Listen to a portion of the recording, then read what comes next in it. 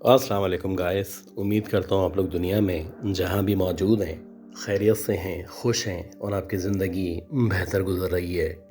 दुआ करें कि अल्लाह ताला मुझे, सैयद उमैर अली को, मेरी फ़ैमिली को, हम सबको सेहत दे, ज़िंदगी दे और हमारे तमाम कामों में आसानियाँ फरमाए। अगर आप में से किसी ने भी अब तक मेरे चैनल को सब्सक्राइब नहीं किया तो मुझे सपोर्ट करने के लिए सबसे पहले मेरे चैनल को सब्सक्राइब कर लें और हो सके तो इस वीडियो को लाइक कर दें। गैस, ये जो समंदर का हिस्सा होता है या समंदर का जो साहिल होता है, ख़ास तौर पे जैसे पाकिस्तान में कराची के अंदर ये सी व्यू वाला जो हिस्सा है, ख़ास तौर पे अगर आप दो दरिया की बात करें तो इस इलाके के बारे में, इस एरिया के बारे में बहुत सारे किस्से, बहुत सारी कहानियाँ आपने सुन रखी होंगी। आज की ये जो कहानी है ये एक ऐसी ही कहानी है और ये हमारे एक इमीडिएट सब्सक्राइबर हैं, उनकी अपनी पर्सनल कहानी है। अब ये नहीं चाहते कि इनका जो एग्जैक्टली नाम है वो लिया जाए, तो हम इनके नाम को हुमायूं के नाम से तस्वुर कर लेते हैं। ये कहानी हुमायूं साहब की कहानी है और ये कहानी 2007-2008 दिसंबर की कहानी है। ये बताते हैं कि उस दौर में, यानी उस सीज़न में, जबकि मैं बहुत परेशान था, बहुत ज़्यादा फ्रस्ट्रेट था, तो अक्सर ऐसा होता कि रात को जब मेरा टाइम नहीं गुजर रहा होता तो मैं सी व्यू या फिर दो दरिया का रुख किया करता। हालांकि ये बड़ा ऑड टाइम होता, लेकिन फिर भी इक्का दुक्का लोग वहाँ पे मौजूद हुआ करते। खैर, वैसी ही एक रात थी और शदीद सर्दी हो रही थी। मेरा दिल बहुत ज़्यादा घबरा रहा था, तो मैं दो दरिया के पास जो एक बड़ा सा पत्थर मौजूद है वहाँ पे जाके बैठ गया था। मेरे पास छोटे छोटे बेतहाशा पत्थर मौजूद थे और मेरी शुरू से ही आदत थी, जब भी मैं अकेला साहिल पे जाता या दो दरिया जाता तो पत्थरों को उस समंदर में या पानी में फेंक के मुझे सुकून सा महसूस होता। ये अजीब सी आदत थी, लेकिन कुछ लोगों की आदत हुआ करती है, वो अपनी आदत के मुताबिक ही काम किया करते हैं। खैर, मैं वैसे ही बैठा हुआ था, अपने माजी को या अपनी परेशानियों को रिकॉल कर रहा था कि मैंने आहिस्ता आहिस्ता करके, एक एक करके ये जो पत्थर के टुकड़े छोटे छोटे मेरे पास मौजूद थे, मैंने इनको समंदर में बहुत तेज़ी के साथ फेंकना शुरू किया।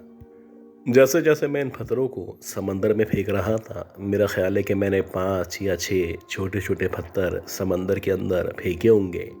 एकदम से एक पत्थर पानी की तरफ से मेरे बराबर में आके गिरा। ऐसा लगा जैसे जो पत्थर मैंने फेंके थे उनमें से कोई पत्थर किसी ने समंदर से वापस मेरी तरफ फेंका है। इत्तेफाक से मेरे आगे पीछे कोई भी मौजूद नहीं था। मैं मुकम्मल तौर पे अंधेरे में डूबे हुए उस हिस्से पे मौजूद था जहाँ पे शायद मैं अकेला था और मैं अपने माजी के गम को या अपनी परेशानियों को याद करके या उनसे छुटकारा हासिल करने की नीयत से यहाँ पे आया करता था। अच्छा, पहले मुझे ऐसा लगा कि शायद मेरा वहम है, लिहाजा मैंने जानबूझ के, जब वो पत्थर मेरे करीब आके गिरा, मैंने 4-5 पत्थर बैक टू बैक समंदर की तरफ फेंके। आप यकीन करेंगे, जैसे ही मैंने बैक टू बैक समंदर की तरफ पत्थर फेंकना शुरू किए तो अब बाकायदा 8-10 पत्थर एक एक करके मेरी तरफ, ऐसा लगा जैसे किसी ने समंदर से वापस फेंके हैं। ये जो कुछ हुआ था बड़ा आनन फानन हुआ था और इसका इनकार करना या इसको ना मानना यकीनन एक हिमाकत थी। खैर, मैं कुछ देर तक खामोशी से वहाँ पे बैठा रहा और मैं मज़ीद कोई इस तरह की चीज़ अफोर्ड नहीं कर सकता था। ज़ाहिर सी बात है, ये जो समंदर था, ये किनारा था, ये मेरे सुकून का बाइस था।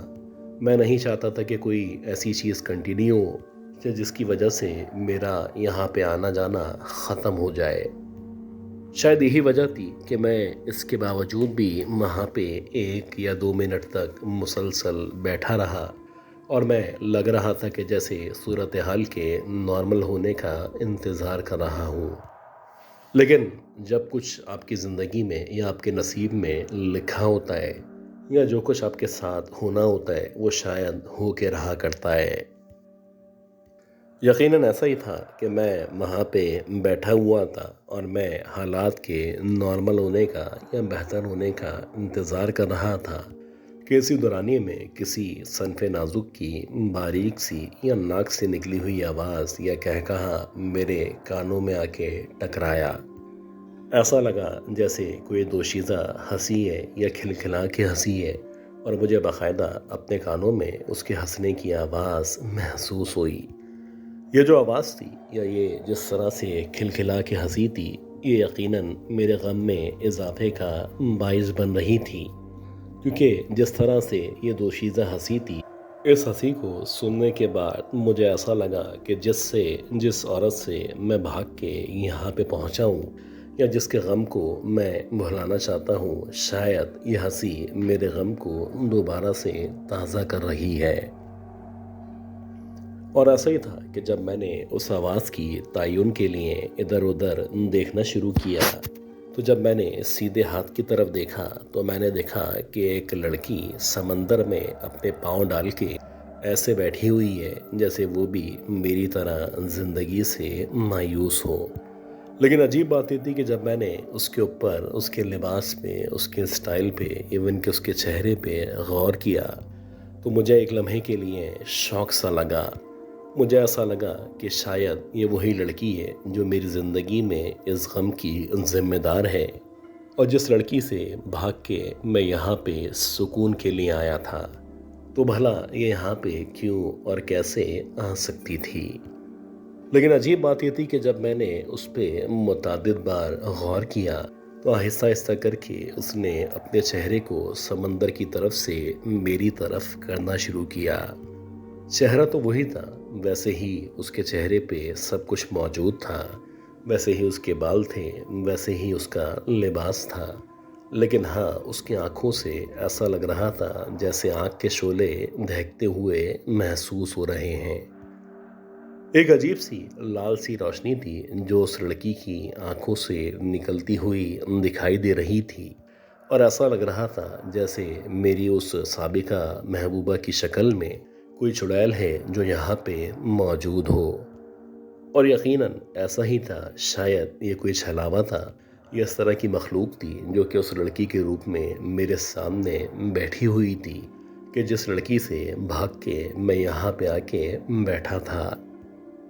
खैर, मुझे अंदाज़ा हो चुका था, लिहाजा मैं वहाँ से खड़ा हुआ और मैंने वापस रोड की तरफ, यानी कि जहाँ पे मेरी बाइक मौजूद थी, उस तरफ चलना शुरू कर दिया।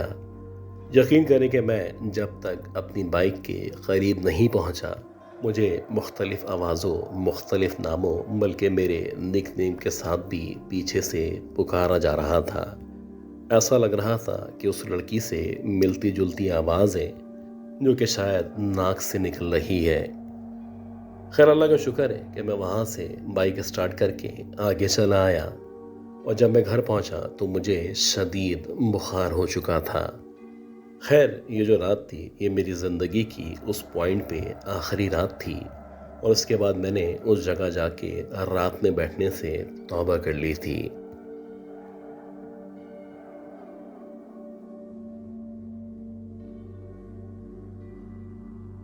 अच्छा गाइस, उम्मीद करता हूँ ये जो पहली स्टोरी थी, ये कहानी, ये स्टोरी आपको ज़रूर पसंद आई होगी। अब हम चलते हैं आज की दूसरी बहुत ही खौफनाक कहानी की तरफ और मैं उम्मीद करता हूँ कि आपने अब तक इस वीडियो को लाइक ज़रूर कर दिया होगा।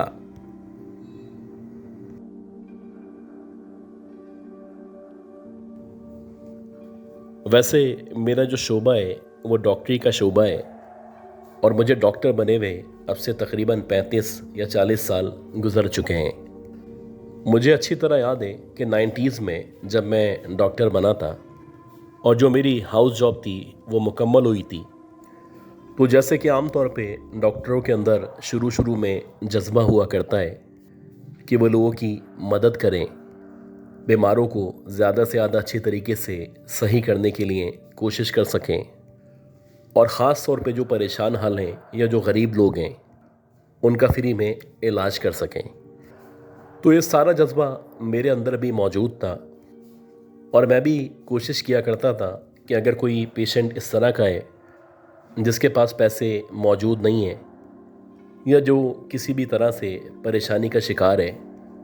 तो एटलीस्ट फ्री में इलाज करके उसकी परेशानी को कम करने की कोशिश कर सकूं। तो आहिस्ता आहिस्ता करके अल्लाह का करना ऐसा हुआ कि मेरे इस अमल की वजह से मैं रातों रात न सिर्फ मशहूर होता चला गया, बल्कि मुख्तलिफ़ लोगों को जब पता चलना शुरू हुआ कि मैं गरीबों का फ्री में इलाज किया करता हूँ, तो अक्सर जो मीडिया हाउसेस थे, ख़ास तौर पे जो प्रिंट मीडिया था, वो लोग मुझसे रब्ता किया करते थे और मेरा इंटरव्यू लेने की कोशिश किया करते थे। तो ऐसे ही मैं कराची में मौजूद था और मेरा ख़्याल है कि दिसंबर का महीना चल रहा था। रात के तकरीबन 8:30-9 बजे मुझे एक मीडिया हाउस से एक कॉल रिसीव हुई और वो जो कॉल थी वो PTCL पे आई थी। मुझे इनवाइट किया गया कि मैं कराची से हैदराबाद वहाँ के प्रेस क्लब में आके एक इंटरव्यू रिकॉर्ड करवा दूँ। अब मैंने उससे रिक्वेस्ट की कि अगर ये कल पे हो सकता है या कल दिन के टाइम में अगर मैं आ सकूं, लेकिन वो जो मीडिया हाउस था, ये जो भी इदारा था, वो चाहते थे कि मैं आज ही रात तक ये जो इंटरव्यू है वो इनको रिकॉर्ड करवा दूं। खैर, मैं भी चाहता था कि इस तरह के जो भी लोग हैं उनसे अपने ताल्लुकात अच्छे रखूं, लिहाजा मैंने भी 1-1.5 घंटे के अंदर अंदर जल्दी जल्दी तैयारी पकड़ी और रात के तकरीबन 10:30-11 बजे कराची से हैदराबाद के लिए रवाना हुआ। ये जो रात थी, ये एक वीरान सर्द रात थी और मेरे पास उस वक्त जो पुरानी करोला मौजूद थी, जो कि मैनुअल ट्रांसमिशन में थी, मैं उसको चलाता हुआ हैदराबाद की तरफ बढ़ता चला जा रहा था। अगर आप अब से 30-35 साल पुरानी बात करें तो कराची का जो हाईवे है, यानी कि जो सुपर हाईवे है, वहाँ पे अलासिफ शुरू होने के बाद या जैसे ही आप थोड़ा सा आगे बढ़ते हैं, तो उस दौर में वहाँ पे मुकम्मल तौर पे ना सिर्फ सन्नाटा हुआ करता था, बल्कि अक्सर चोरी डकैती और इस तरह के वाक़यात भी पेश आया करते थे। अब मैं अपनी गाड़ी को जितना तेज़ी से हो सकता था इस एरिया से बाहर निकालना चाहता था। मैं चाहता था कि किसी भी तरह इस एरिया से या इस ख़तरनाक एरिया से बाहर निकल के मैं आगे की तरफ बढ़ जाऊँ, ताकि चोरी डकैती का या छीना झपटी का जो भी ख़तरा है वो कम से कम हो सके। खैर, जैसे ही इस एरिया को मैंने क्रॉस किया और आप कह सकते हैं कि कराची से निकले हुए या सराब गोड से निकले हुए मुझे आधा या पौन घंटा हुआ था, तो मैं एक ऐसे मकाम पे या एक ऐसी जगह पे पहुंच चुका था जहां पे मुकम्मल तौर पे ना ही आबादी थी और ना ही किसी भी किस्म की लाइट का या इस तरह की रोशनी का इंतज़ाम मौजूद था। जबकि अगर आप आज के दौर में कराची से हैदराबाद का सफ़र करें तो काफ़ी हिस्से पे रोशनी या लाइट्स मौजूद हैं, और अगर लाइट्स ना भी मौजूद हों तो सराउंडेड में इस तरह की होटल्स या मोटल्स मौजूद हैं जिनकी वजह से रोड पे रोशनी हुआ करती है। अब बहरहाल, जब मैं एक ऐसी जगह पे पहुंचा जहां पे मुकम्मल तौर पे अंधेरा था, तो इत्तफाक से मेरे करीब व जवार में कोई भी गाड़ी मौजूद नहीं थी। मुझे नहीं पता कि एक इत्तफाक था या सर्दी बहुत ज़्यादा थी या फिर शायद उस एरिया में बहुत ज़्यादा धुंध मौजूद थी, जिसकी वजह से लोग रात के टाइम में सफ़र करने से परहेज़ किया करते थे। बहरहाल, जैसे ही मैं तकरीबन आधे या पौन घंटे के डिस्टेंस पे पहुंचा और आधा रास्ता होने ही वाला था, तो एकदम से मुझे ऐसा लगा कि कहीं से एक ब्लैक कलर की शायद जीप है, जो ना सिर्फ एकदम से मेरी गाड़ी के पीछे आ गई है, बल्कि बार बार वो मुझे इंडिकेट कर रहा है जैसे कि वो मुझसे रास्ता मांगना चाहता हो। अब जब मैंने उसको बार बार इंडिकेट करते हुए देखा, तो मैंने अपनी जो गाड़ी थी वो अखलाकी तौर पे या कानूनी तौर पे आहिस्ता आहिस्ता करके लेफ़्ट साइड पे करना शुरू कर दी, जो कि आम तौर पे एक तरीका हुआ करता है कि अगर आप किसी गाड़ी को रास्ता देना चाहते हैं तो आप अपनी गाड़ी को उल्टे हाथ पे कर लिया करते हैं। अब जैसे ही मैंने अपनी गाड़ी को लेफ़्ट साइड पे करना शुरू किया, तो मुझे ऐसा लगा कि जो मेरे पीछे ब्लैक कलर की जीप आ रही है उसमें बाकायदा ना सिर्फ लाइट जल रही है, बल्कि गाड़ी के अंदर जो लाइट वगैरह मौजूद हुआ करती है वो भी ऑन हुई हुई है। लेकिन एक अजीब सी बात थी, जब मैंने साइड मिरर से या बैक व्यू मिरर से उस गाड़ी पे या उसके अंदर गौर किया, तो मुझे ऐसा लग रहा था जैसे उस जीप के अंदर कोई भी मौजूद नहीं है। अब पहले तो मुझे लगा कि शायद मेरा वहम है या रात के अंधेरे की वजह से मुझे नज़र नहीं आ रहा। लिहाजा मैंने इस बात को इतना सीरियस नहीं लिया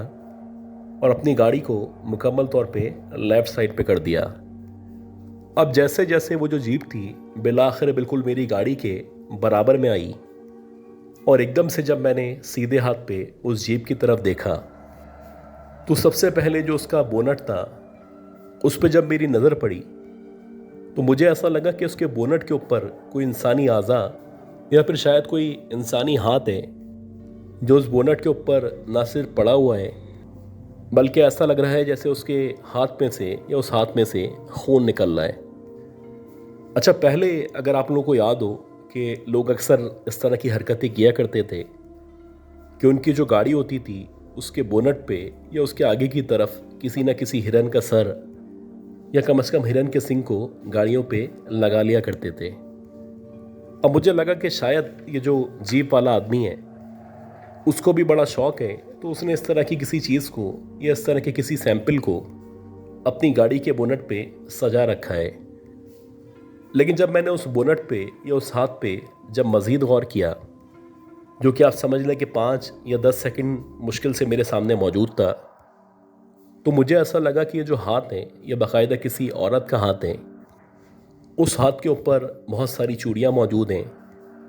और ना सिर्फ उस हाथ पे चूड़ियाँ मौजूद हैं, बल्कि उसके ऊपर जो पतली पतली खूबसूरत सी उंगलियाँ हैं, उन उंगलियों में भी ऐसा लग रहा है जैसे सोने की अंगूठी पहनी गई है। अब ये जो कुछ मैं देख रहा था ये मुश्किल से मैंने 5, 10 या 15 सेकंड तक देखा होगा। जाहिर सी बात है, मैं हाईवे के ऊपर ड्राइव कर रहा था, तो इससे ज़्यादा देखना मैं अफोर्ड नहीं कर सकता था। लेकिन जब उस हाथ पे देखने के बाद मैंने दोबारा से जीप के अंदर की तरफ देखा, तो मुझे एकदम से जो जीप के अंदर का हिस्सा था या जो उसके अंदर का व्यू था वो खिड़की के ज़रिए मुकम्मल तौर पे ना सिर्फ नज़र आ रहा था, बल्कि बिल्कुल क्लियरली पता चल रहा था कि इस जीप के अंदर कोई भी मौजूद नहीं है। तो फिर आखिर कौन था जो जीप को ना सिर्फ ड्राइव कर रहा था, बल्कि इस जीप के जो बोनट के ऊपर हाथ मौजूद था, जो कि सरासर किसी खूबसूरत लड़की का या किसी खूबसूरत औरत का हाथ था, वो बिला आखिर किसका हाथ था? अब ये जो कुछ हुआ ये मुश्किल से 30 या 40 सेकंड के अंदर अंदर हुआ था, और इससे पहले कि मैं अपनी नज़रें सामने की तरफ दोबारा कर पाता, मुझे एकदम से ऐसा लगा कि जो मेरी गाड़ी है या मेरी गाड़ी का जो स्टीयरिंग है, जो कि एक मैनुअल गाड़ी थी, उसको फोर्सफुली किसी ने ना सिर्फ मोड़ा है, बल्कि कोई ताकत है जो मुझे मजबूर कर रही है कि जो मेरी गाड़ी है कि मैं उसको लेफ़्ट साइड पे मोड़ता चला जाऊं। और ऐसा ही हुआ कि अगले 2 या 3 सेकंड के अंदर अंदर मेरी गाड़ी का जो स्टीयरिंग था उसको बाकायदा न सिर्फ लेफ़्ट साइड पे मोड़ा गया, बल्कि मुश्किल से 15 या 20 सेकंड मज़ीद लेने के बाद बिलाखिर मेरी जो गाड़ी थी वो एक ऐसे टीले से जाके टकराई, जो कि ना सिर्फ एक बहुत बड़ा सा पत्थरनुमा टीला था, बल्कि ऐसा लग रहा था पिछली कई सदियों से या कई सालों से उस जगह पे कोई भी नहीं आया है। बहरहाल जब मेरी गाड़ी उस जगह से या उस टीले से जाके टकराई, तो एकदम से जो मेरा सर था, जो मेरा स्टीयरिंग था, उस पे जाके लगा, और जैसे ही मेरा सर उस स्टीयरिंग पे जाके लगा, तो बस उसके बाद मुझे कुछ भी याद नहीं है। अब जब मेरी आँख खुली तो मुझे पता चला कि मैं हैदराबाद के एक अस्पताल के अंदर मौजूद हूँ, और रास्ते में एक पुलिस की गाड़ी उस जगह से गुजर रही थी जहाँ पे ना सिर्फ मेरा एक्सीडेंट हुआ था, बल्कि मैं ज़ख्मी हालत में और अपनी टूटी फूटी गाड़ी के साथ उस जगह पे बेहोश पड़ा हुआ था। खैर, पुलिस वालों ने जब मुझे बेहोशी की हालत में देखा और मेरे सर से खून निकलते हुए देखा, तो उन्होंने अपनी गाड़ी में डाल के हैदराबाद के अस्पताल में मुझे पहुंचाना मुनासिब समझा। और ये भी अल्लाह का करम था कि इत्तफाक से पुलिस की गाड़ी वहाँ से गुजर रही थी तो उन लोगों ने ना सिर्फ मुझे देख लिया बल्कि मुझे बचाने में या मुझे ज़िंदा रखने में अपना किरदार अदा किया। तकरीबन 1 हफ्ते तक मैं वहीं उसी अस्पताल में न सिर्फ एडमिट रहा बल्कि मुसलसल ये सवालात मेरे जहन में आके मुझे तंग करते रहे कि रास्ते में जो जीप मुझे फॉलो कर रही थी या उस जीप के बोनट पे जो एक लड़की का कटा हुआ हाथ मौजूद था, बिलाखिर वो किसका हाथ था और वो कौन सी ऐसी ताकत थी जो उस जीप को चला रही थी। आज भी जब कभी मैं उस किस्से को या उस कहानी को याद किया करता हूँ तो मुझ पे एक अजीब सा ना सिर्फ खौफ तारी हो जाता है बल्कि मुझे ऐसा लगने लगता है जैसे कि जो मेरा जिस्म है उसमें एकदम से सर्दी की लहर दौड़ चुकी है और मुझ पे कपकपी तारी हो चुकी है।